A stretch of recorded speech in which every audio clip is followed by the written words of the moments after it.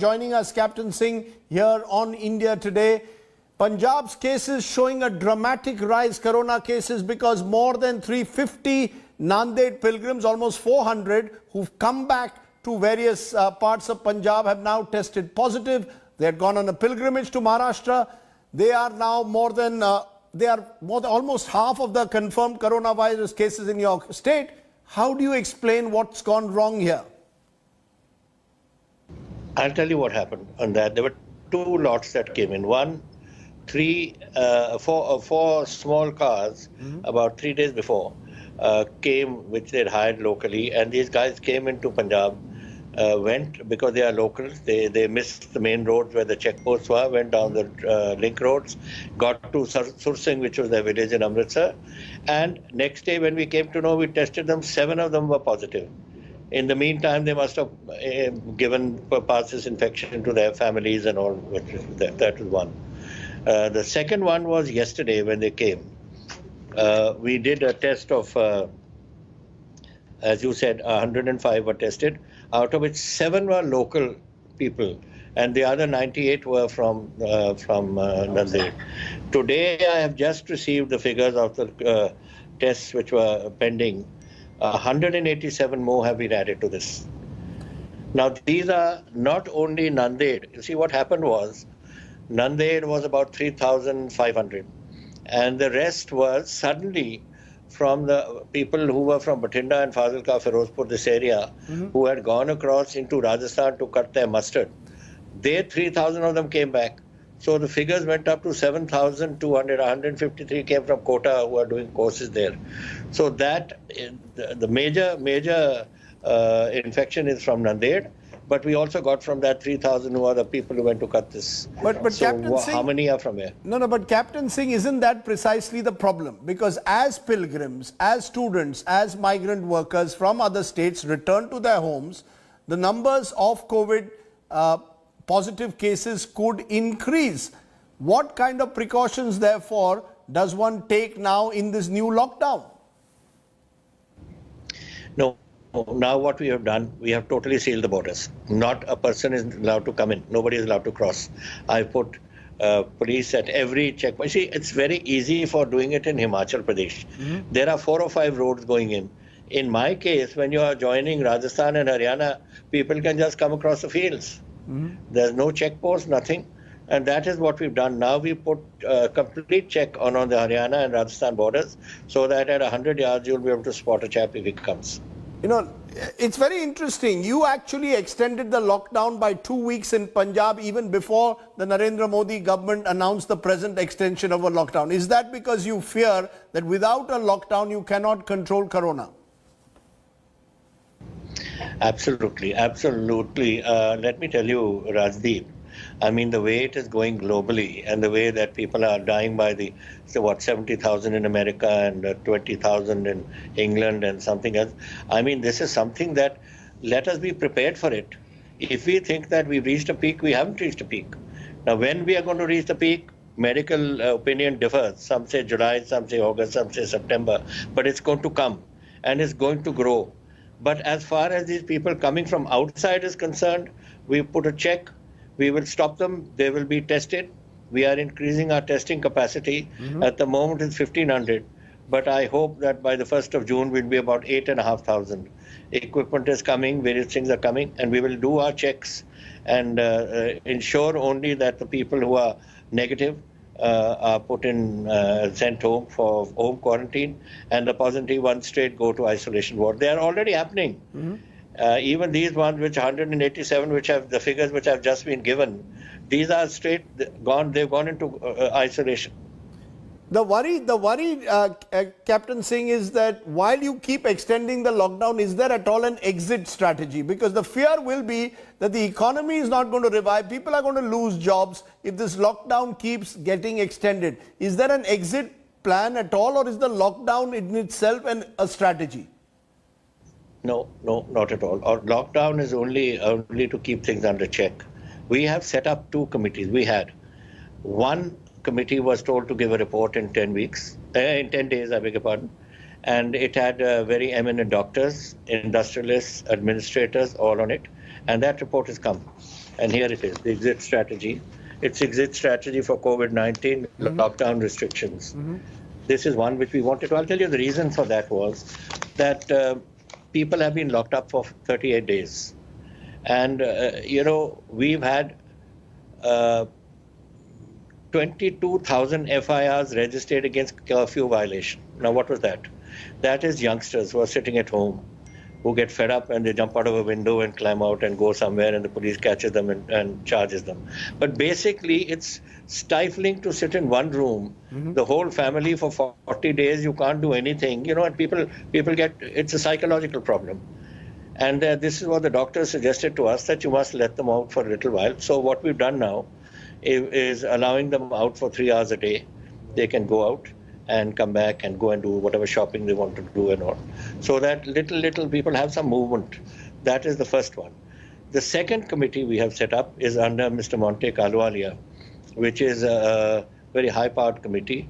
They are economists from all over our country and abroad, our people who are abroad in America or wherever. And he has formed 6 subgroups to tackle various topics which he's given them. And once they come out with their report, the final report, there's nothing else which I could put any tax on. So how was I going to run? By next month I wouldn't have been able to pay salaries. Last week we spoke to your finance minister Manpreet Badal. He said all you've got, he claimed, Punjab has got 72 crore rupees specifically from the centre to fight COVID. The finance ministry is disputing the claims. They say adequate funds are being dispersed to fight COVID. What is the reality? Have you got the resources today to fight COVID or not?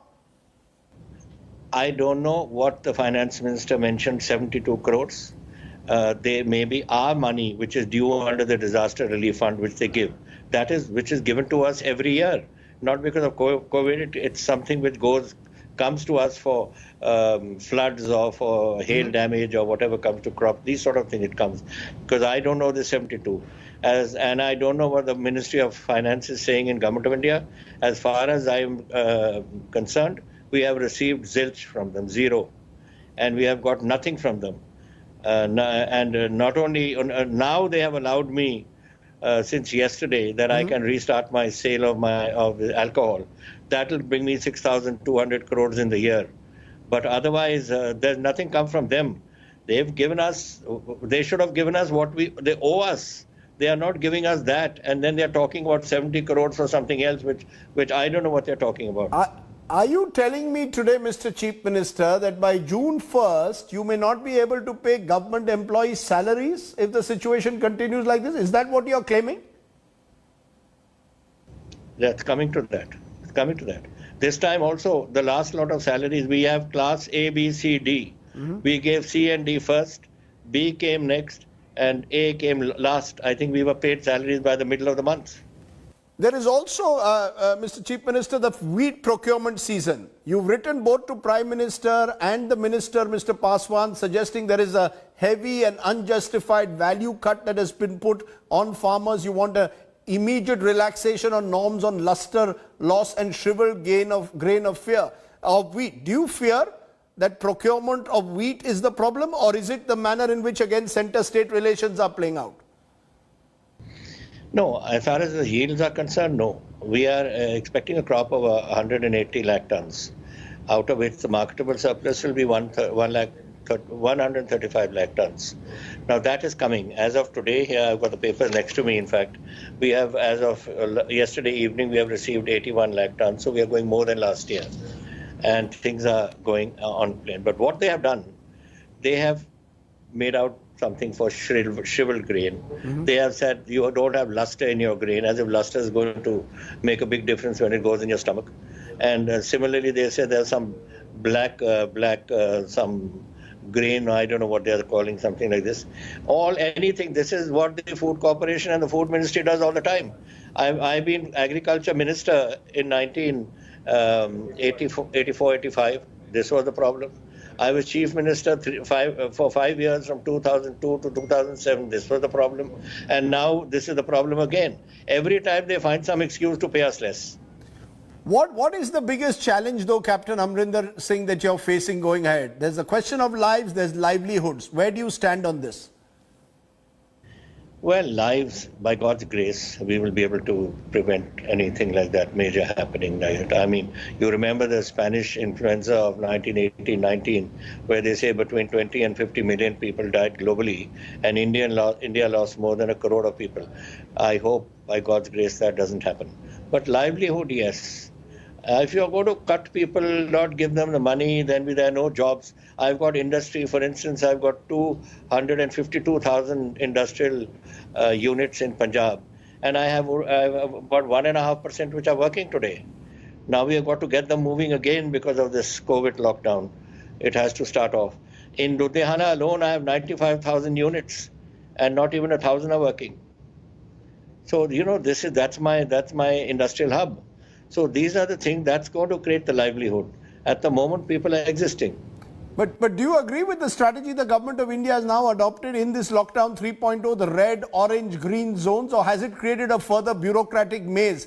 Has it been done in the right way, or is it still too controlled by Delhi as to a bureaucrat in Home Ministry deciding what is red, green and orange? Is that the way to do it?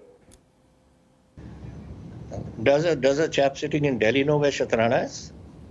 Does he know where Samana is or Nabha where it is? These fellows are sitting there in the houses, in the ministries in Delhi and dictating terms.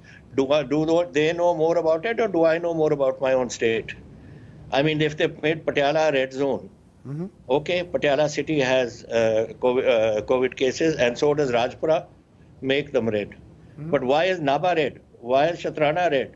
Why is Samana red? They have no cases in them. They are different towns. So what does this fellow sitting there know about that the Patiala district or Samana district, or Ludhiana or Amritsar or Jalandhar more than me? Are you saying that the chief ministers now need to be much more empowered in enforcing lockdown 3.8? Each chief minister possibly could be made part of a task force chaired by the Prime Minister? I think so. I think we should be given the task. It's a state subject. I mean, the Himachal Chief Minister knows more about Himachal. Haryana Chief Minister, they are both their own party. They know more about their own states. How are you sticking us there? I've spent 50 years in politics in Punjab. I don't know my state. Some joint secretary sitting in the Ministry of Home knows more about it than I do. No, but what would you do, Captain Amrinder Singh, that was different from if you were in Prime Minister Modi's place? Because let's be honest, the Prime Minister also has a very difficult job to do at the moment to balance lives and livelihoods. I would say, you chief ministers, this is your state. You've been elected. You run those states. Whatever help you need from me, I'm there to give it to you. Very important. You're giving us a news point. Empower the chief ministers, you're saying. Should there also be a common protocol then for the states, whether barber shops to be open, liquor shops to be open? Is it one size fits all, or each state should decide, given the circumstances, whether they want to open a particular sector or not? Should this be left, you're saying, to individual CMs? I think so. I think you can't. Like Odisha has a tribal belt. I don't have a tribal belt. They have their own problems. The tribal belt they need food, they need other things. I need jobs. I've got plenty of people producing food here, but I need other jobs. They have to do other things.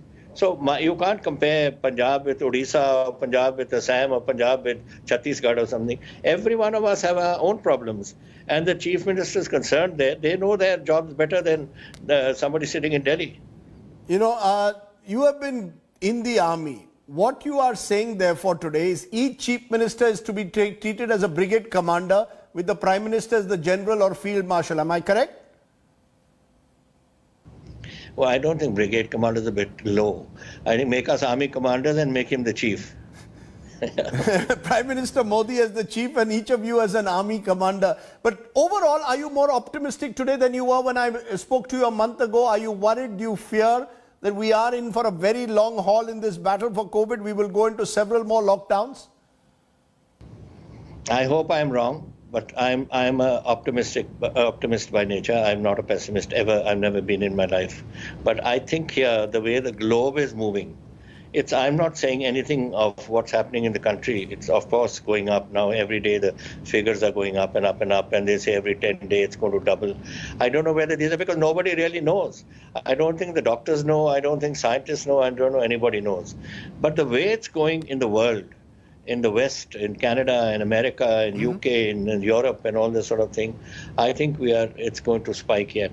Now, when it's going to spike, some are saying July, some are saying August, some are saying September. I don't know when. But the curve won't flatten till that spike comes. Let me ask you on a personal note, Captain, how are you keeping yourself busy during this lockdown?